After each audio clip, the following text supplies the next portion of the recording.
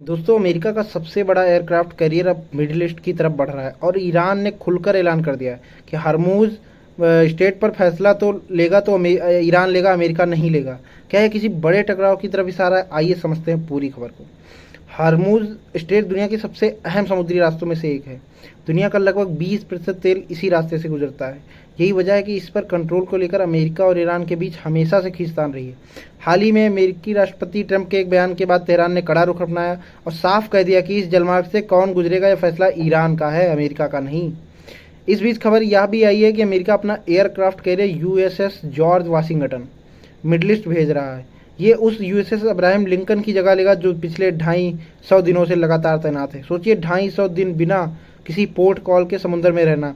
इसका असर सैनिकों के मनोबल और हालात पर साफ दिख रहा है। रिपोर्ट्स के मुताबिक इस बात को लेकर अमेरिकी नौसेना के अंदर भी चिंता बढ़ रही है। इसका मतलब ये है कि ये सिर्फ एक जहाज़ बदलने की बात नहीं है।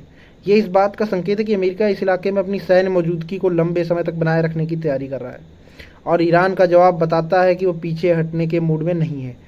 जब दो बड़ी ताकतें इतने अहम व्यापारिक रास्ते पर आमने सामने आई हैं तो इसका असर सिर्फ इन देशों तक सीमित नहीं रहता। तेल की कीमतें, वैश्विक व्यापार और मिडिल ईस्ट की पूरी राजनीति इससे प्रभावित होती है।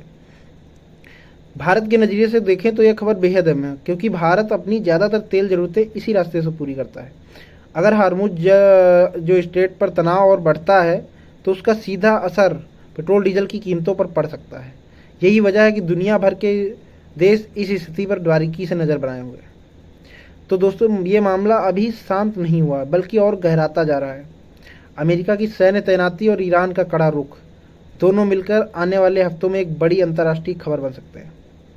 अगर आपको ये अपडेट पसंद आया है तो वीडियो को लाइक करें, चैनल को सब्सक्राइब करें और कमेंट में बताएं कि आपको क्या लगता है कि ये तनाव युद्ध तक जा सकता है या नहीं। मिलते हैं अगली खबर के साथ, तब तक के लिए नमस्कार, जय हिंद।